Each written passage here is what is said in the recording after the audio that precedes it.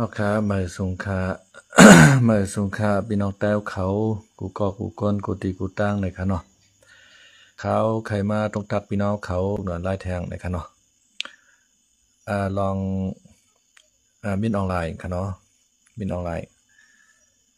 กว่าที่เมืองรัสเซียเลยค่ะเนาะกว่าที่เมืองรัสเซีย ก็บินออนไลน์ก็เดี๋ยวเอาตั้งปรับเลยค่ะเนาะปรับปืนเมืองค่ะเนาะอันความไทยเป็นห้องเดียวว่าพงศาวดารในคณะพงศาวดารในบอกว่าปรับปืนเมืองในคณะปรับปืนเมืองของมินออนไลน์ในเป็นผู้เลยเผอก็อ่าก็ก็แต่งขึ้นมาแต่ก็ฮู้ค่ะเนาะ แล้วก็แต่งเป็นภายภาษาอังกฤษในคณะเนาะแต่มีดังภาษามาดังภาษาอังกฤษค่ะเนาะกว่าอ่านในปูตินค่ะเนาะสอนซึ่งลงราชาวลาดิเมียร์ปูตินในคณะเนาะกำในอ่าในปรับนั้นว่าอันปรับอันในมีมาเจอมือปานพระเป็นเจ้านะครับว่ามือปานพระเป็นเจ้าในตักไว้ว่า เมืองมาในตั้งเมืองราชาในเตเป็นเมืองอันที่ว่ามืดกือจำใส่กันเต้เตมีตั้งจอยตั้งแถมกันในคำว่านะครบเมืองไหนเมืองหนึ่งเตญาเพมานั่นในเขาจางหมอจอยแถมกันอันว่านั้นก็เปลี่ยนมาเย้าในคำว่านะ เมื่อปานพระเป็นเจ้าในไปมีขยโนปรับเจ้าในเขาตื้อหาเตียงแล้วก็เขียนแต้มขึ้นมาค่ะนังคือป้อเตียวอกเอาใจปูตินราชาไหลในคณะมินออนไลน์ก็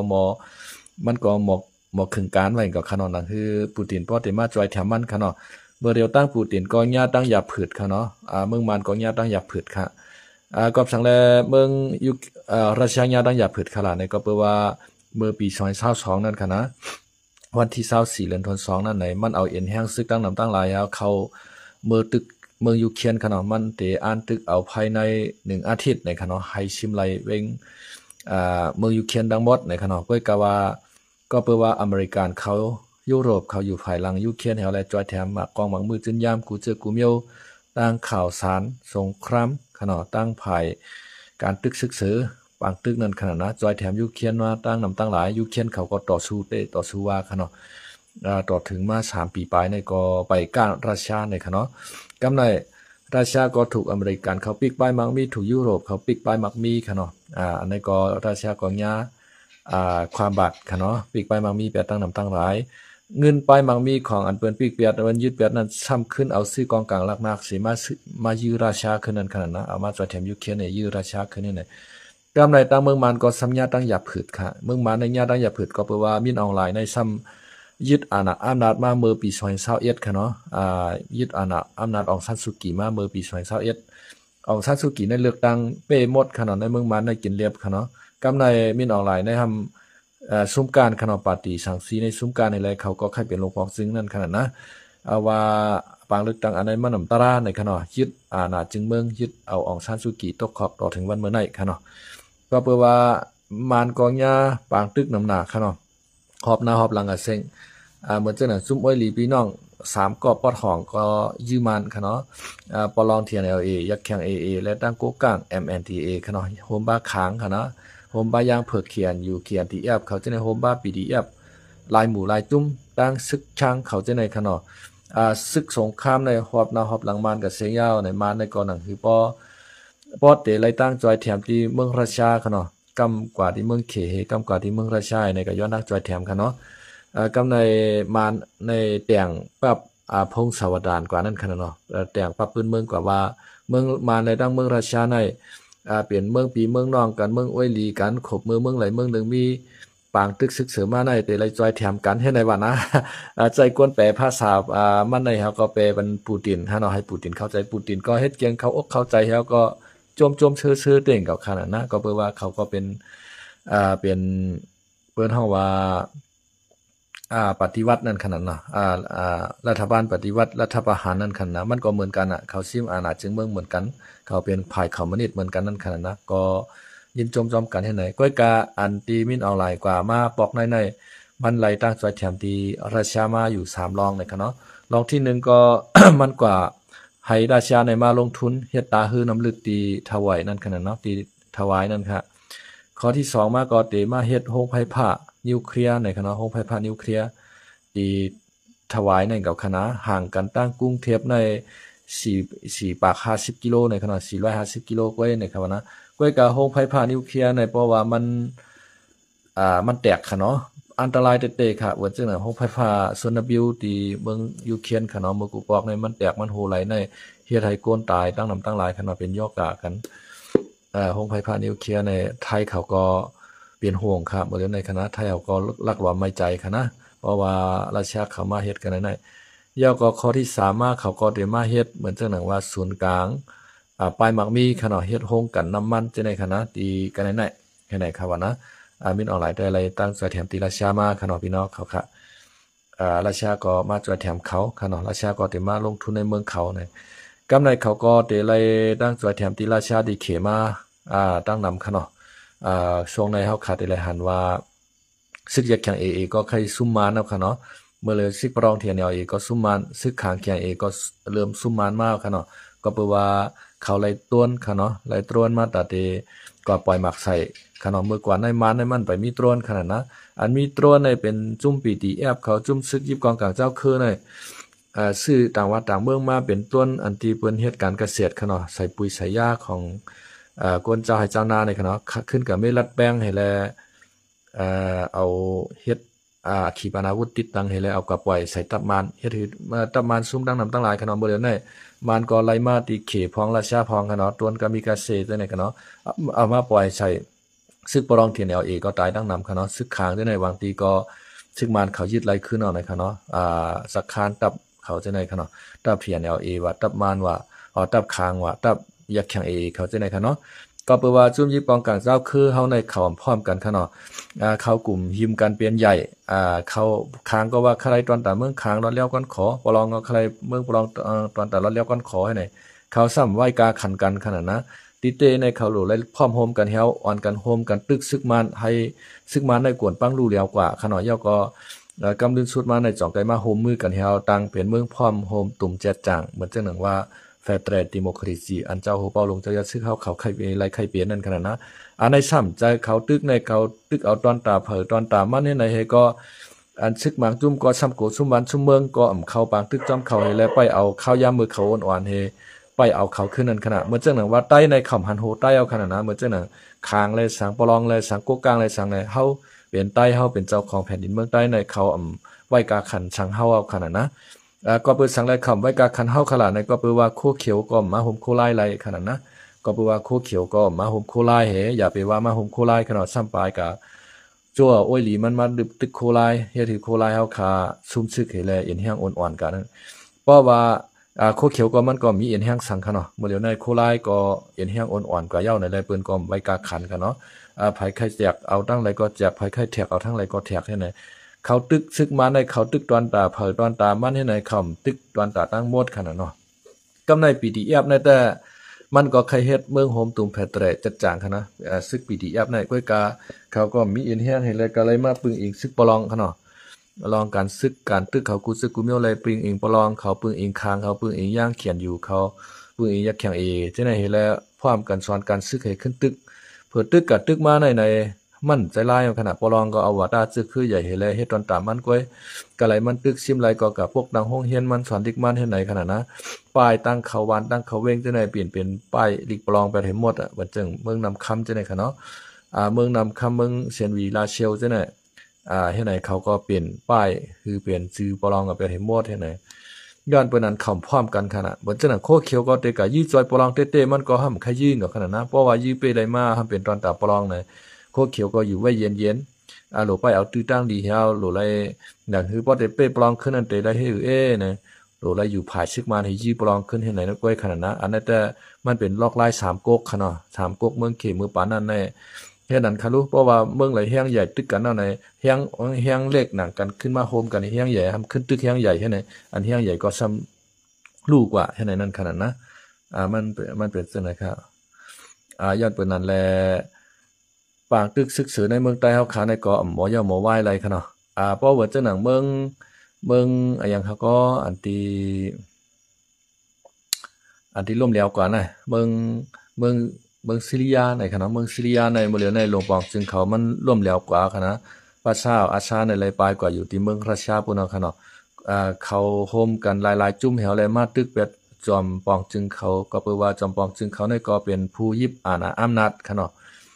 เป็นผู้ยิบอาณาอำนาจให้แลเป้กินเขามาเป้กินก้นวันก้นเมืองมาปาน10ปานเหมือนเจ้าหนังเหมือนเจ้าหนังอย่างค่ะได้เหมือนเจ้าหนังมารพี่น้องหลายนะคะมันเป็นจังไหนเขาขึ้นลุกขึ้นมาปาน10ปานในตึกหามาเป้กำในขนาดนะเป้ประชาอาชายบอกเมื่อก่อนก็ยามลุกขึ้นมาก้วยการาชาในขึ้นเขามาหนุนภายหลวงปองจึงเห็นในไรเฮ็ดถึงหลวงปองจึงในเป้กว่าให้ในกูปอกครับเมื่อเหลียวในก็แปลว่าเมืองราชาก็ญา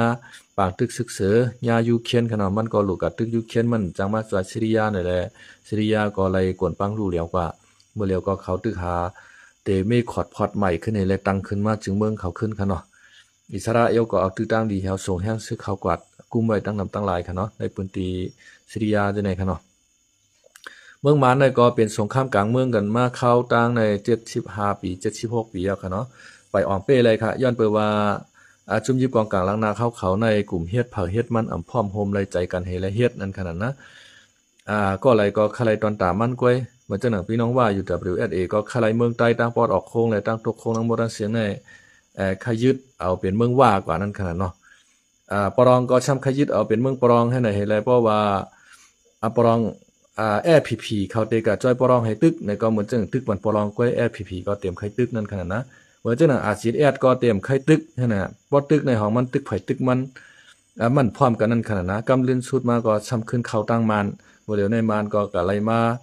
ตั้งจอยแถมตีราชากะไรมาตั้งจอยแถมตีเขในโตรนในเจในก็ไรมาตั้งนำตั้งหลายให้แลบ่เดี๋ยวในปรองก็เริ่มซุ่มมานกว่าขึ้นค่ะเนาะคางก็เริ่มซุ่มเอาค่ะยักแข็งก็เริ่มซุ่มเอาค่ะเนาะก็เพื่อว่าการเจในมันเป็นการเฮ็ดไผ่เฮ็ดมันพร้อมกันซุ่มยิบกองกลางล่างนักได้ก็นำจ้างกับค่ะนะย้อนปืนนั้นและกำลื่นสุดมาก็มานก็ค่ะแต่เป้เขาค่ะเนาะ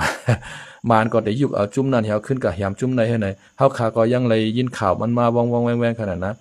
ซึกมานก็นุ่งโคเขียวให้กับตึกปรองโคเขียวก็ซ้ำกับนุ่งโคมานให้กับตึกปรองให้ไหนอย่างแรกโคเขียวกับนุ่งโคมานให้ตึกปรองขนาดในเพราะว่ามันอิงมาในเหตุการณ์ในมันก็จังโทษซึกขึ้นเมื่อแล้วขณะเมืองใต้ปอทองในขณะโคเขียวเนี่ยเพราะว่าเอาจุ่มต่อจุ่มให้มังกันในมันเปปรองแล้วนะเพราะว่าตั้งผ่ายกุ้มกรรมของเขา FPNGG นั่นก็อันยิบกรรมไว้นั่นก็ซ้ำเตรียมปันแห้งเขายี่กันเฮาเป็นใน FPNGG นั่นกันในเฮาอย่าไปยี่กันเปิ้นทำแต่ว่าไหนขนาดนะก้อยน่ะพอยี่ใต้ต่อใต้แดเปิ้นซ้ำปันแห้งนั่นขนาดนะย้อนเปิ้นนั้นโคเขียวก็ซ้ำกะไรอิงมาเฮาเหตุการณ์นั่นขนาดตัวในขนาดมันเปมานขนาดกำลื่นสุดมาในขาวนว่าแต่ป้องวนในอยู่แต่ก็มานก้อยขาดเตขึ้นชิมเขาตั้งหมดตั้งเสียงให้เลยมานเตอุเปิงเมืองกว่าขึ้นแทงค่ะเนาะเพราะว่าเป็นสงครามโลกครั้งที่3มาในซึกกำผาปอกกำ3มานั้นแต่ก็จังว่าไรค่ะเนาะสงครามโลกครั้งที่3ซึกกำผาปอกกำ3นั้นแต่ก็ฮู้ว่าเตเกิดหือค่ะเนาะคาด้วยปุ่งจำมันแต่ก็จำไข่แตกมาลอยๆค่ะเนาะจำไข่แตกมาลอยๆเหมือนเจ้าหนังตั้งยูเครนราชาก็ตึกมังยูเครนเฮาๆแห้งๆบ่เหลียวในอเมริกันก็ซ้ำไข่ปันแห้งยูเครนค่ะเนาะอเมริกันก็ซ้ำด้วยหันปุนสุนโตมันด้วยหันป้ายมักมีของมันกล้วยนี่แหละอันที่มันลอยจอยยูเทเคนก็ตั้งน้ำตั้งหลายนั่นก็ใครคือยูเคนสายแดนมันขึ้นบ่เหลียวในอเมริกันนี่ก็จอมจึงลงอเมริกันตัวโนทรัมนี่ก็เป็นผีเข้าผีออกค่ะเนาะขนาดโจมองต่อโจมองให้ก็ใจมันได้เปลี่ยนแปลงหลากหลายว่าน้ำหูหลายปอกค่ะเนาะเหมือนจังหนังมือคำว่าเนี่ยมันมาแถลงข่าวในค่ะว่านะกำว่าดีหันใจยูเครนยูเครนเนี่ยก็ปูตินในมาถล่มเมืองเขานำหนายาวใจตึกกึดตึกก่อมกึดตึกแต่ความบาดราชามานะเผอกำเลื่อนสุดมาว่าป้ออุบกันตั้งปูตินในอุบง่ายเลยเสเจเลนสกี้ทำให้ไหนนะตัวโนทรัมใน1วันในใจมันในปิ่นเป็นลายปอกหูขนาดผีเข้าผีออกจอมปองจึงก็ในเฮ็ดหือในโลกกำผาวค่ะในวุ่นวายค่ะเนาะมันแข็งกร้าวต่อเมืองเขก็ขึ้นแข็งกร้าวต่อมันว่าจอมหนังอเมริกันมาทำสงครามกับเฮาในเฮาแต่ทำสงครามทุกๆแบบในว่าเขว่าค่ะนะอเมริกันเฮ็ดสงครามการฆ่าต่อเขาขึ้นภาษีต่อเขก็ขึ้นภาษีต่อเขา 20% ค่ะเนาะเพราะว่าอเมริกันทำสงครามการตั้งศึกตึกกันในก็เขาพร้อมได้สู้รบอเมริกันถึงที่สุดในค่ะเนาะเมื่อเหลียวในเขเนี่ยย่อมอ่อนต่ออเมริกันวันกูปอกเขาค่ะเนาะเมื่อกูปอกในเขในเขาพร้อมกันค่ะนะเขาก็เหมือนใต้เฮาเนี่ยอยู่กระจัดกระจายกันเจ้าพาเมืองในอุเปิงเมืองในเจ้าคุณคำเปิ้ในอุเปิงเมืองในให้ไหนเฮ็ดคือแก่ป่าในเขามายึดเมืองเขเฮ็ดคืออังกฤษเขาอเมริกันเขาหลาย จึงเมืองอันตีเมืองมหาอำนาจในอันมีเอ็นแห้งซึกในเขามายึดเมืองเขเฮาตัดเมืองเขเป็นปอดเป็นตอนแม่งกันนั่นขนาดนะกำเลื่อนสุดมาในเหมาสีโต้งค่ะเนาะเหมาสีโต้งตึกโซนกวนเมืองยิบหวาตาเข้ามานี่แถวจอยแถมกวนเมืองในเสแลต่อสู้ตึกต่อแบบแก่ปานเขาว่าตึกต่อแบบจุ่มยิบกองกลางในเมืองเขาทั้งหมดนั้นเสเหมาสีโต้งในเป้กว่าค่ะเนาะป้อเป้กว่ายาวขอดฟอดตังเมืองใหม่ขึ้นมาเป็นเมืองเขดอถึงวันเมื่อไหร่มีตับซึกเขอันเร็วค่ะเนาะอันไหนค่ะเอ็นแห้งเขาแก่นแข็งขึ้นมาต่อถึงวันเมื่อไหร่วันเมื่อในเขากูให้เมืองค่ะเนาะเขเนี่ยอำโกอเมริกันอำโกลาชาวค่ะเนาะเขาไข้ขึ้นมาเป็นไม้หนึ่งของกำผาเอาค่ะวันเมื่อไหร่เขในค่ะนะเมื่อเหลียวในอเมริกันในว่าหั่งเขาตึกแตกก็เขาขึ้นว่าหั่งอเมริกันตึกแตกค่ะมือกูปอกในอเมริกันว่าหั่งเขาตึกแตกในเขาฮัดว่าคำฮัดตักเสียงสังค่ะเนาะมือกูปอกในเอ็นแห้งป้ายมังมีก็ไปขึ้นใหญ่ขึ้นกราบขนาดเอ็นแห้งกองกลางล่างนักตับซึกกูเจอกูเมียวกูป้ายในไปขึ้นอเมริกันได้แล้วเขาก็ไปฮัดตักเสียงกันเนาะเมื่อเหลียวในได้ก็เขาก็ฮัดตักเสียงขึ้นมาค่ะเนาะอเมริกันว่าคือก็เขาขึ้นตอบโต้ขึ้นว่านั้นเนาะค่ะเมื่อเหลียวในค่ะนะด้วยกาอเมริกันในเตเปลี่ยนคือเปลี่ยนหากว่าใต้ก็ดีๆมันในผาดออกเยอะเริ่มผาดออกอย่างห่างไกลมันกว่าร้อยๆขนาดเหมือนเช่นใต้ก็ดีอเมริกันในเป็นเมืองยุโรปค่ะเนาะเมืองยุโรป27เมืองค่ะเนาะอันลักๆอันเมืองมีปลายมังมีแก่นแข็งก็แต่มีเยอรมนีค่ะเนาะฝรั่งเศสและอังกฤษเขา3จึงเมืองเลยค่ะเนาะดีหรือแต่ก็ปลายมังมีเขาก็ไปป้อเต็มโทนค่ะเนาะเมืองยุโรปในแห้งและเอ็นแห้งซึกเขาอ่อนๆลาเอ็นแห้งซึกคำแก่นแข็งลาในก็เพื่อว่าวายเสียซึกกับผาปอก2มาได้เขาก็ป้อใครใส่ใจลองการซื้อลองการตึกต่อกันเต้ๆขนาดเขาก็ลวดยอมลองเก็บซึกว่าลองจอยแถมภายการซึกในคำว่านะเมืองยุโรปในย้อนไปนั่นแหละเมื่อเดี๋ยวนั้นอันจอยเมืองยูเครนไรเต้ๆก็เมืองยุโรปในก่อมป้อใครมีเมืองไรเต้ๆอันจอยนำเลยสิเพื่อให้เป็นเมืองอเมริกันอ่ะอเมริกันเนี่ยช่างเอ็นแห้งซึกมันได้ขนาดห้องกองกลางล่างนาแห้งซึกแห้งเงินกูปลายเนี่ยมันช่างคือมันเก่งแข็งขึ้นมามันก็เลยเป็นไม้หนึ่งในกำผาค่ะเนาะแล้วก็เขก็ช่างได้ค่ะเนาะสร้างตั้งกองกลางลักนักตั้งแห้งเงินไปมังมีตั้งแห้งซึกค่ะเนาะบ่เอาแห้งซึกโหนับก้นว่าในเขในนำเลยเปิ้นชุดในกำผาเย้าในค่ะวันมื้อในค่ะเนาะซึกเขในก็มีเป็น3ล้านปลายในค่ะเนาะอเมริกันในก็ไปเป็นเขในค่ะว่านะกำในซึกรัสเซียในก็นำเหมือนกันค่ะก็ไปเป็นเขค่ะเนาะมันเป็นจังไหนเขาก็ พอมีแห้งซึกกองกลางลักนักเมืองไหลมีนิวเคลียร์ก็เมืองนั้นถูกเปิ้นเป้กินค่ะเนาะเหมือนจังหนังเมืองเกาหลีเหนือเมืองเขเมืองรัสเซียเมืองอิสราเอลจังได๋ค่ะเนาะหลายๆจึงเมืองที่เขามีโหรบนิวเคลียร์ในก็เขาถูกเปิ้นลุกลามค่ะเนาะพอลุกลามก็พอเขาเอานิวเคลียร์ปล่อยใส่ในก็เมืองนั้นติกวยยกย้อยค่ะเนาะมันเป็นจังได๋เอ็นแห้งซึกกองกลางลักนักในก็ลิมีกันกูเจ้าคือค่ะเนาะตอนดาเตเกตเคกันจื้อจัดวันเมืองจื้อคือค่ะเนาะ ก็เปิดว่าในเมืองใต้เมืองมานเฮาคันได้ไหนมันเฮ็ดตอนตาเผิดตอนตามันพร้อมกันหลายนี่แหละอย่าไปว่าเก็ดขี้กังจื้อคือเฮาขึ้นเฮาหยิบกองกลางหลักๆมาซ้ำขึ้นมาเป้กินจื้อคือเจ้าเก่าขึ้นก็ไอ้ค่ะเนาะเหมือนจังนั้นซึกใต้เฮาคาจังได๋กันเนาะซึกใต้เฮาคากำพวางได้เงียบลูกปอเมก้นเมืองกว่าเฮ็ดซึกอ่ะเมื่อรัดได้ว่าเอากว่าเฮ็ดตอนตาจื้อจัดวันเมืองเก็ดขี้กังปอเมก้นเมืองในสิตาก็กำเดินชุดมาเผื่อว่าเจ้าเก่ามีอาณาอย่าทู่ขึ้นมาก็ซ้ำขึ้นเป้กินปอเมก้นเมืองในปลายเขาเมืองไทยนำเลือกว่าเมืองเขตทั้งกันเนาะกำพองก็ปลายกับเมืองเขตกำพองก็ปลายกับเมืองไทยปลายก็อยู่ต่างวันต่างเมืองย้อนไปว่าเมืองไทยในเป็นเมืองเจ้ามุนใหญ่คุณอคำเป็นเมืองติโมคราซีแล้วก็เปิ้นก็มีใจเมตตาค่ะเนาะเปิ้นมีใจเมตตาเปิ้นฮักหรูเนอพี่น้องตกยากตกผ่านปลายเพในเปิ้นก็ฮับขามไว้ก้นปลายเพตั้งนำตั้งหลายค่ะเนาะเมืองไทยในฮับขามไว้กวนมาเหตุการณ์ใน4จึงเมืองกำเร็วค่ะเนาะเมืองมานเมืองลาวเมืองกัมพูชาและเมืองเวียดนามค่ะเนาะเมืองศรีลังกาในเป็น5เมืองก่อนค่ะนะเมืองเวียดนามได้มื้อแล้วแต่เตรียมพอมีกวนมาเหตุการณ์เมืองไทยเอาค่ะก็เพื่อว่าเจ้าโครงการลงไปมังมีของในลุงฟ้าในเปิ้นกว่าลงตื่นล่างที่เมืองเวียดนามนำหนาวค่ะเนาะเมืองไทยในเปิ้นบ่ใครมาเอาค่ะเนาะเปิ้นกว่าเมืองเวียดนามกำนำเหย้าเมืองเวียดนามก็เริ่มขึ้นใหญ่เฮืองเอาค่ะเนาะกูบอกแต่เขาก็อ่อนกันมาเหตุการณ์เมืองไทยค่ะนะก็เปว่าหลวงพ่อจึงเข้ามาอุบเปิ่งพ่องงำวันเมืองดีแดเปิ้นก็กว่าลงตื่นล่างที่เมืองเขาค่ะเนาะเมืองไทยในไรว่ามีกลุ่มเกจูเหนือพี่น้องใต้เฮาคานำได้นำว่างกับคณะพี่น้องใต้เฮา3ปาน7ชั้นได้มาปึงโฮมปึงโพยจังหวัดใหญ่คุณออกคำเมืองไทยค่ะเนาะได้ปึงโฮมปึงโพยตั้ง รัฐบาลค่ะเนาะเมื่อจังหนังว่าจอมจึงของเมืองไทยค่ะเนาะยกออกจึงเมืองไทยในก็เฮาก็ยินเอากุงเอามูลโฮมจมเต้ๆค่ะเนาะเฮาคาก็อำถูกลีไลมาผิดเมียนหมายมีวันเมืองของเปิ้นค่ะเนาะหลวนใต้เฮาคาตังหมู่ตังจุ้มตังแก้งให้แลกาลิหาผิดกันค่ะเนาะเฮ็ดคือเมืองไทยบ่ไหลสุกสักวุ่นวายย้อนเฮานั้นอำถูกลีเปลี่ยนค่ะเนาะเพราะว่าเฮาคา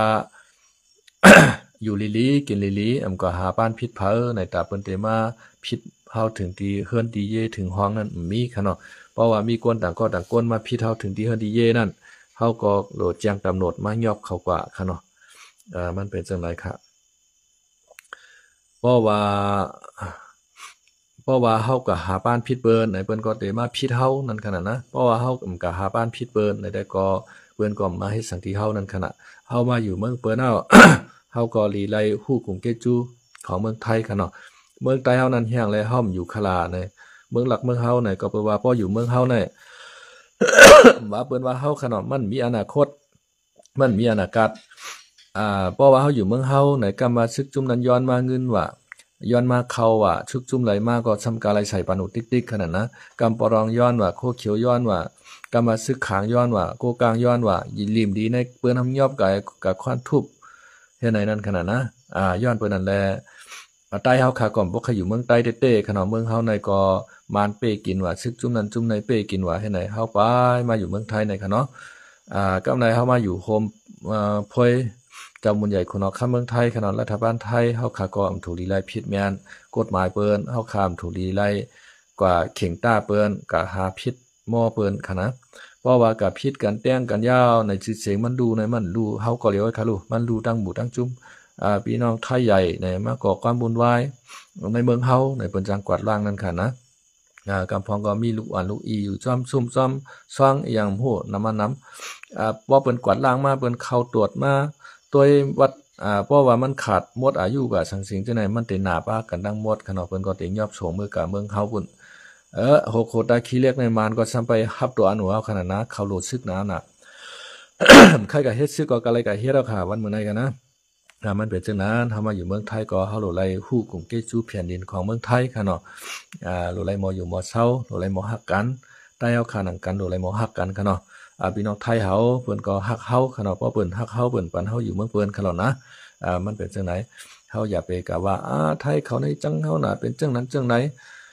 เฮาโหลไลก็ตอบแทนเขาเนี่ยบ่ฮ้อมก็เฮ็ดเปิ้นเฮ็ดต่างเนี่ยเปิ้นมาหาพี่เฮาก็อย่าว่าเฮาปลายแปดเฮเนี่ยมันมีปัญหากันนะเพราะว่ามันมาหาพี่เฮาติ๊กๆก็